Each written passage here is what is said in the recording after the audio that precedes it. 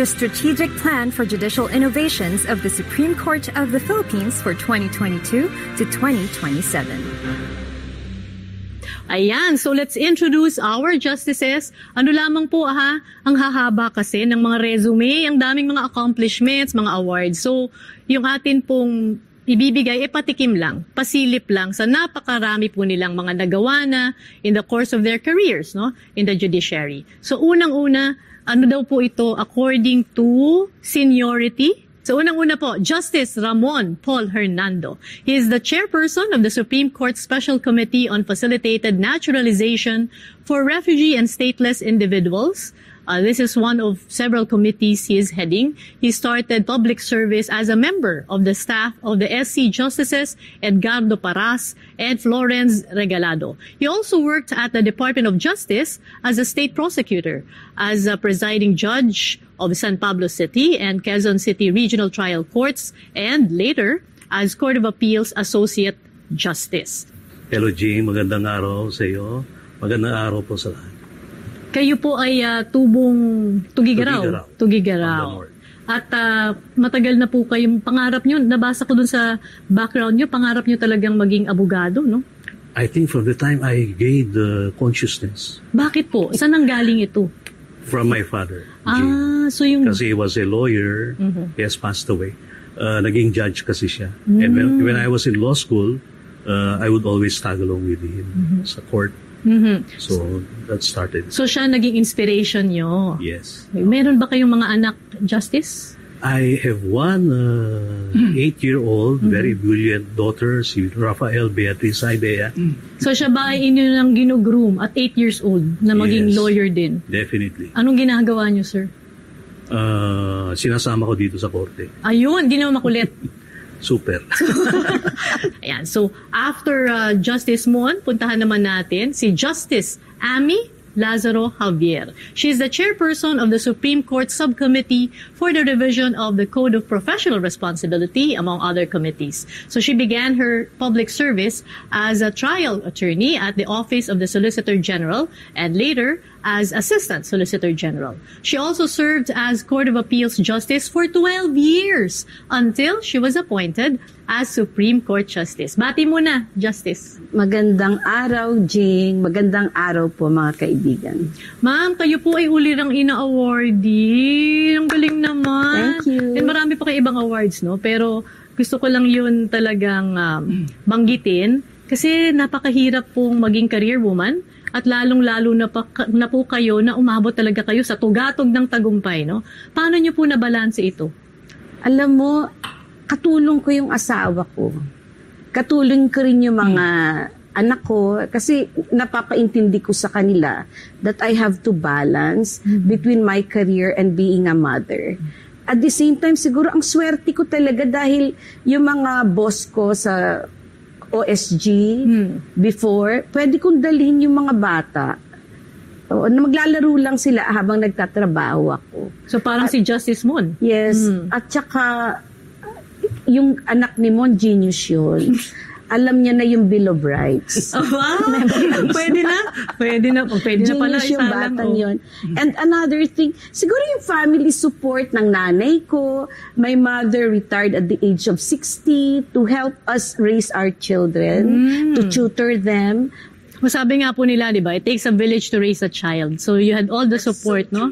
Okay, next, let's go to Justice Mario Lopez. Justice Lopez chairs the Supreme Court's Health and Welfare Board and its screening committees. He began his career in public service as a technical assistant in the Supreme Court. He joined the judiciary as a regional trial court judge of Batangas City, a post he held until his appointment as CA Justice, where he served for 13 years. Tagal. O, Justice Mario, bati po muna. Magandang umaga po sa inyong lahat. Jing, gandang umaga. Ano po ang inyong, kayo po ay mula sa La Union ba? Yes. Kasi awardee kayo, no? As one of the outstanding citizens of La Union. Actually, Jing, kahiya-hiyamang sasabihin ko sa iyo, nabigyan ako ng award ng La Union, pero lumaki po ako sa Maynila eh. Kayo po kasi inspirasyon sa mga taga-La Union, no? Yes. Kaya kayo binigyan po nung ganong award. Okay, puntahan naman po natin si Justice Maria Filomena Singh. Justice Singh is the Vice Chairperson of the Supreme Court Subcommittee for the Revision of the Code of Professional Responsibility and co-chairs the Committee on Gender Responsiveness in the Judiciary. She first engaged in private practice before she joined the judiciary in 2002. As presiding judge of the Quezon City Metropolitan Trial Court and later as presiding judge of the Quezon City RTC before she joined the Court of Appeals as Associate Justice. Ma'am, bati muna po. Hi, Jing, and magandang araw sa ating lahat. Ma'am, kayo po ay English major, no? Yes. So, at mahilig kayo magsulat. You're a published author. Ano po? Imaginative writing. Ang galing nga! Ay, kasi mahilig ako magsulat, kaya nakaka-relate ako. Pero kayo, madami na kayong mga libro, no, na napalathala? No, yung sa imaginative writing, no. No, but for, Legal. sa legal. Law books, Ano pong mga libro ang inyong... mostly law books to, sa mga reviewers for taking the bar. But that's one of the things on my bucket list na sana soon makapublish ako ng collection ng short stories. Naku, kailan nyo gagawin yun, ma'am? Ngayon medyo malapit na ako dun kasi may threshold daw before you can publish a collection. Parang it should be a certain number. So kulang na lang ako ng mga 3. Wow! So nasisingit nyo pa yun? Saka ang gaganda. Ay, nababasa nyo, Justice I read Annie? 4. Oy, talaga. Ang galing. Buti naman po nasisingit ninyo, no? Yes, every now and then may an idea comes to you, so you write it down. That's the important thing, you have to write it down. Otherwise, you'll forget it. Oh, okay. Ayan, so napasilip po tayo sa buhay ng atin pong mga featured justices for today. So we have several angles to discuss when it comes to the strategic plan for judicial innovations 2022-2027. These angles are expected outcomes of the SPJI, which are efficiency, innovation, and access. Second, latest rules approved by the Supreme Court, which will benefit court users. And lastly, cleansing of the ranks, judiciary, marshal's office, and other matters. Marami po tayong matututunan ngayong araw. We will get our answers straight from our honorable justices. So, una po nating tanong, para po maunawaan ng ating viewers, ano nga po ba itong strategic plan for judicial innovations? Bakit po ito ginagawa ng Korte Suprema? Ano ba yung objectives po nito? And, is it the first time na may ganito? Ayan, paliwanag, in the simplest way. Let me try to explain this para maniwala rin sila dito sa gusto namin gawin, no? Kasi ang traditional tingin natin sa judikatura, judges are there to adjudge cases. So, yun yung tinatawag namin na adjudicative role namin. Yung nagdidesisyon kami ng kaso, dumidinig kami, yun ang talagang ginagawa ng judges, no? Pero, ang hindi alam ng karamihan, merong second role ang judiciary. At yung role na yon, iyan yung napapalaman dito sa ating SPJI. No? And that is what we call the reformist role. Ito yung nagiging proactive yung husgado para maging makatotohanan yung sinasabi natin na mabilis at patas na hustisya.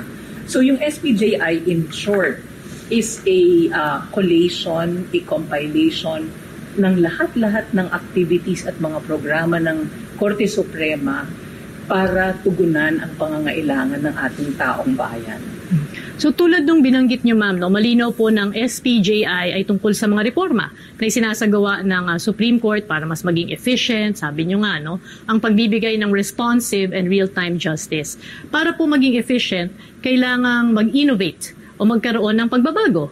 Ang problema lang po minsan, 'di ba, may resistance to change. So alam po natin, lalo na ang Korte Suprema ay isa po sa mga pinakaunang institusyon. No? It's such an old institution. So, marami po sa mga bumubuo nito ay tinatawag nga na old school. So, handa po ba ang old school sa new systems? So, who would like to take that?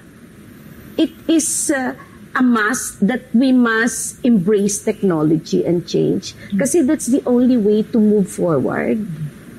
Okay? And si Chief Justice he's not young, but he's not old either. Isa siya sa mga techie sa Supreme talaga? Court. Wow. Kasama ni It's a revelation, Saj. ha? Yes, ni Saj Marvick, Senior Associate Justice. Lahat kami, nagtatry din kaming maging techie. Wala kang choice kundi Yes. maging techie para maging relevant ka. Yes. Pero ma'am, speaking of change nga, no, lahat po tayo, sabi nyo nga, no, nag-adapt sa pagbabago. And of course, yung pandemic, ang talagang, in other words, we were forced to really embrace technology. So magpapakwento lang ako kasi lahat kayo nag-online. Nakita ko yung tweet, no, na puro kayo naka-zoom dun sa unang-unang inyong en-bank session yata yun? Or, okay. So, papakwento lang kami, nahirapan ba kayo mag-zoom? Yung inyo bang, tinatanong ko sino may apo? Si Justice Amy, may apo po kayo, Yes, no? Or, tatlo. or yung mga anak nyo ba, call a friend ba pag bumagsak na yung signal? Ano ba to? Natataranta na ako. Hindi ko sila napapakinggan. Unmute. Paano ba yan? May ganun ba kayong kwento? O baka ikaw, Justice, naka-shorts ka ba sa baba? Nakabarong ka sa taas? Yes, shorts ako. Actually, we had our first Zoom deliberations in June 2020. At medyo iba pa yung composition noon. So may mga older ones. So sila medyo nahirapan. But for the younger ones like us, naka-adapt ka agad. Parang ang yung like us na binanggit mo, nakatingin ka talaga sa camera. Like us. Okay. Like us. Like us, oo. Actually, yung attire ko noon, after the deliberations, pinakuha ko sa misis ko. Nakita, Naka-short ako. kayo, Justice Mario, anong inyong Zoom experience? Alam mo, Jing, kahiyamang sabihin, ako ang pinakamatanda dito eh. I would say that even if I am the oldest, I do not believe that adage that old dogs cannot be taught with New tricks. Yung sabi nga. Dahil ako naman ay maski paano was able to cope up with the new technology. Dahil wala akong choice I have to adapt the new technology. And so far, yung aking lamesa ngayon, dati-dati ay punong-puno ng mga papel. Maski sa bahay, kasi yung taas ng tao, ang mga papel, Wow! hanggang sa baba. Kaya kung ang aking may bahay ay maglinis at galawin yung mga papeles doon, at kung ako'y magtatrabaho, hindi ko na alam kung saan ko hahanapin yung mga dokumento. Hindi ko naman siya inaway at baka ako mabatukan. Saka gender unfair yun. Ay, Pero may statement agad ang si problema, Justice Amy. hahanapin ko yung dokumento, it will take some time before I find the document, and once I find it, nawala na yung focus. But with the new technology, natuwa na nga yung asawa ko dahil malinis na ang lamesa. At very efficient na rin ang trabaho, mabilis. In fact, I have my iPad with me everywhere I go. I can work in every place where I want to work. Maski nasa abroad ako. That is how effective technology is. In fact, during the pandemic, hindi man kami nagkikita-kita mga maestrado, marami kaming nagawa because of this technology dahil nagbabatuhan kami ng mga dokumento. Pagdating naman sa SPJI, ano po yung mga technology-driven projects na gusto po ninyong ipatupad? Justice Monet. Kanina pinag-uusapan natin yung technology and paano natin makukumbinsi yung mga tao. Hindi lang yung mga tagaloob ng judiciary, pati yung mga court users, di ba, to use technology. So, meron ding magandang dinulot sa atin ang COVID kasi everybody was forced really to shift to technology. Wala kaming choice lahat nun and narinig natin ang kwento ng mga kasama ko dito kung paano namin in-embrace ang technology. Ganon din ang ating mga court users kasi para matuloy ang pagdinig sa mga kaso nila, kami ay nag-shift sa tinatawag naming video conference hearings. Yan ang isang major platform na aming ginamit para patuloy na maibigay ang serbisyo sa ating mga mamamayan despite the threat of COVID and at minimum risk not only to our people in the courts but also to the people who go to the courts for their needs. No? So, dyan sa video conferencing hearings na yan, during the pandemic, since we launched it, nakapag talaga kami ng 778,000 plus video conferencing hearings, no? And dahil dyan sa mga video conferencing hearings na yan, more than 100,000 PDLs or yung mga taong nakakulong po ay napalabas namin. And of that number, 1,200 plus are CICLs or yung tinatawag natin ng mga children in conflict with the law. So itong VCH, this is one of the important technology-driven programs ng ating Korte Suprema. Meron ding pangalawa, meron na tayo ngayong Facebook page, meron din tayo sa Twitter. So we're going to really maximize this by also launching what we call the SC Info sites, information sites. Through the SC Info sites, magbibigay kami ng informasyon. Halimbawa, ikaw ay naaresto, gusto mong magpiyansa. Ikaw ay naaresto, kailangan mo ng abogado. Ilalagay namin sa SC Info site kung saan mo makukuha yung mga serbisyo na yan. Sino ang taong kailangan mong kontakin, ano yung mga number nila, or saan mo sila pwedeng puntahan. So ito yung nakikita namin na immediate or dagli ang lunas sa mga problema ng taong bayan na madalas humahaba, tumatagal dahil nga akala nila we can only do this physically or pupunta ka pa sa husgado. So by launching the info sites, magiging mas mabilis, katulad ng sabi natin, at patas ang pagbibigay ng hustisya sa mga mamamayan natin. So Justice, tulad nga nung binabanggit nyo, no, kailangan talagang sumabay dito sa teknolohiya, pero hindi ba nanganganib yung trabaho ng mga empleyado? Kasi syempre, with technology, they might lose their jobs. But not the judiciary. We are undermanned, actually, Jean. But with the streamlining of court systems, we need to repurpose the duties and responsibilities of our court employees. So ang gagawin po namin sa SPJI, we will retrain them, we will do building of their capacities para ang technology-driven ideas namin ay ma-implement nila. So we're not going to cut people from our roster. Instead, what we will do is we will build on their capacities para lumawak ang kanilang mga abilidad at ma-meet nila yung mga kailangan na isagawa sa SPJI. So parang retooling, no? Yes. Justice, retooling. Yes. Essentially, yes. Okay. So tamang sabihin na walang dapat ikabahala yung Wala ating po. mga Wala. empleyado, no? Wala po. So magandang assurance po 'yon ha sa ating mga nanonood, lalong-lalo na yung nandito nga no sa judicial system. Okay, babalikan po natin 'yan ha. Pero before we pause for a break, lagi po nating naririnig yung phrase na justice delayed is justice denied, 'di ba? Yung sinasabing justice, hindi siya justice, justice. So ito po yung ating pag-uusapan, kasama po yung ating Supreme Court justices sa atin pong pagbabalik.